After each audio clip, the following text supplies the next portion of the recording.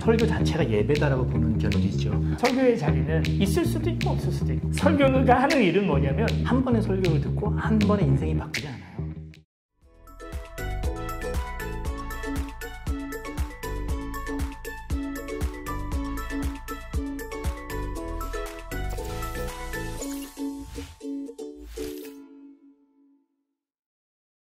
오늘은 제가 직접 질문을 할 텐데요. 설교를 듣다 보면은 결국 설교에서 하시는 메시지가 말씀이고 기도하고 순종하는 그 맥락에서 크게 벗어나지 않더라고요. 그러면 어차피 매주 결국 결말이 똑같은 이야기를 이렇게 듣는데 매주 듣는 게 의미가 있나라는 생각이 좀 들면서 예배에서 도대체 설교가 어떤 의미길래 왜 이거를 계속 들어야 될까라는 생각이 들거든요. 특별히 한국 개신교는 설교가 차지하는 그 부분이 커요. 그렇죠. 설교 자체가 예배다라고 보는 견해도 있죠. 사실 근데 전 세계의 기독교 추이를 보자면 이렇게까지 설교에 집착하는 교단이 개신교가 유일하고 또 그 개신교 안에서 한국 개신교가 유독 그런 것 같아요. 사실 이게 종교개혁 전에는 설교가 하나도 중요하지 않았어요.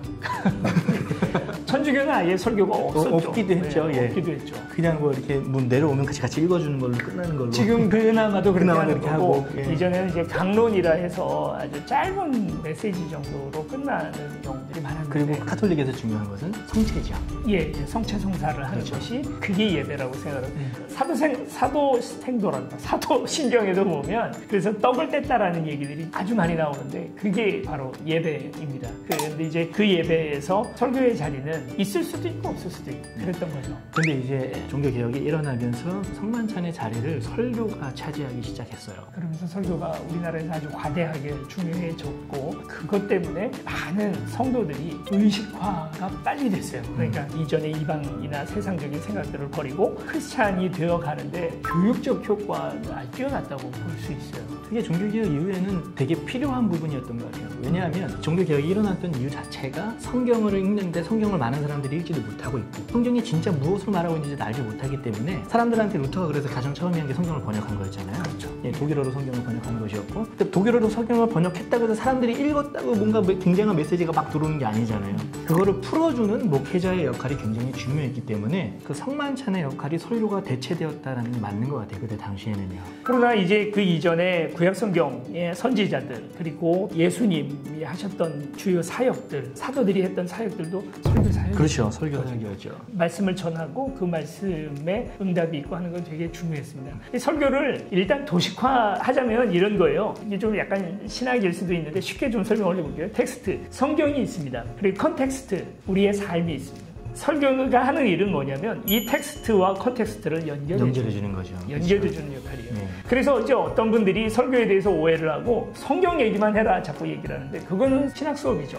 성경 얘기만 하고 우리 삶 얘기는 그만해라. 어느 집사님이랑 있었던 일, 예화 이런 거 쓰지 마라 자꾸 얘기를 하는데 그건 정말 설교를 모르시는 겁니다. 설교는 반드시 텍스트와 컨텍스트가 있어야 돼요. 설교자의 굉장히 중요한 부분은 텍스트에서 전문화돼야 돼요. 텍스트를 자기가 잘 알아야 합니다. 그러나 또 다른 한편에서 컨텍스트, 성도들의 삶을 잘 이해해야 돼요. 지금 아파서 울고 있는 사람이 와 있는데 그 사람한테 하는 설교가 똑바로 살아야 된다, 윤리적으로 살아야 된다 이런 이야기를 하게 되면 텍스트는 맞아요. 말씀은 맞다는 거죠. 근데 성도에 대한 이해는 못한 거예요. 이런 설교가 은혜가 안 되죠. 그래서 잘한 설교가 뭐냐? 성경이 정확해야 잘한 설교냐? 그게 아니고 설교를 들은 사람이 저 얘기는 내 얘기다. 하나님께서 내게 해주시는 음성이다라는 것이 설교 속에서 내가 아멘으로 확정이 될 때 그게 정말 하나님의 음성이거든요. 근데 아까 전에 항상 설교가 본문은 다른데 결론은 똑같이 나다는 거예요. 그런 분들 많아요.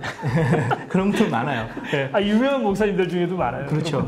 근데 그거는 목회자가 중요하게 여기는 것이 무엇인지에 대해서 뭐 드러나는 것도 분명히 있겠지만 본문은 항상 다른데 다르게 결론이 난다는 건 텍스트에 대한 이해도가 조금 낮기 때문이 아닐까. 근데 이제 만약에 그걸 듣는 회중이 정말 그걸 그렇게 체감적으로 느껴버렸다면 그거는 그분이 컨텍스트를 이루고 있는 성도들의 마음도 이해를 못했다는 뜻이에요. 아, 이것도 빼주세요. 이거 위험하다. 아니 우리 특정 누구를 얘기하는 게 아니에요. 근데 많아요. 되게 유명하신 분들 그리고 우리가 존경에 맞지 않는 목사님들 중에도 저도 그러고 있을지도 몰라요. 왜냐하면 그건 나의 관심사이기 때문이고 내가 해결이 안 된 부분이기 때문일 수도 있어요. 심지어 그러면 그런 설교가 나올 수 있어요. 그런데 설교자는 두 귀가 다 열려 있어야 돼요. 하늘에 대한 귀와 내 설교를 듣고 있는 성도들에 대한 귀가 다 같이 열려 있어야 돼요. 그래서 듣는 사람이어야 하거든요. 그래서 이 양쪽을 연결해 주는 얘기예요. 야, 그거 힘들지? 그 아브라함 얘기랑 너 얘기랑 똑같네.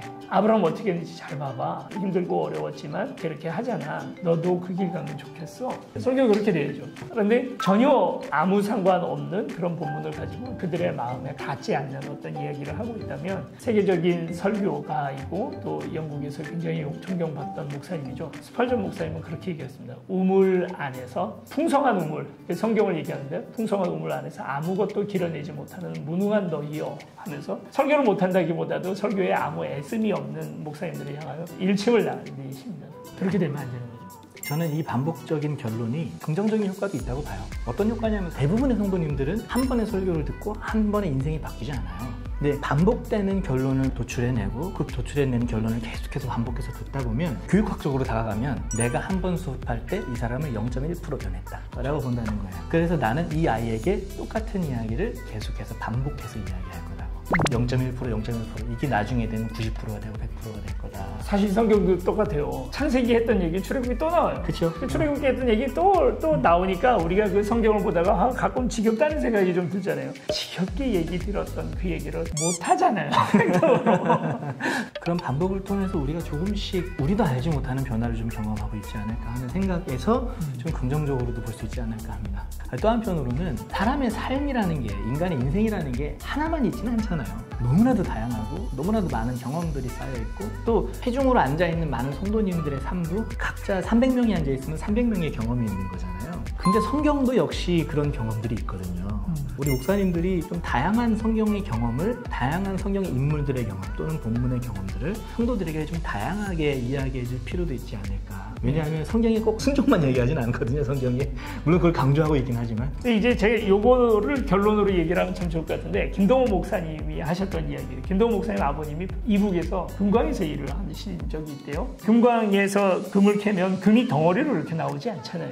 이게 수많은 불순물들에 섞여가지고 있거든요. 그 돌덩어리 하나를 캐서 이 속에서 불순물들을 다 제어해내고 금만 이렇게 만들어내는 여러 이제 조법들이 있대요. 근데 그걸 통해서 금이 되는 거예요. 설교도 사실 그냥 금덩어리 처음 채굴된 원석이나 다름없다는 거예요. 그 중에는 하나님의 말씀을 이루는 금도 있고요. 그리고 흙덩어리, 여러 불순물들이 같이 섞여 있는 거예요. 그렇다 해서 이게 금이 아닌 건 아닌 거죠. 설교자들이 하는 설교 중에도 분명히 걸러들어줘야 될 부분들이 있어요.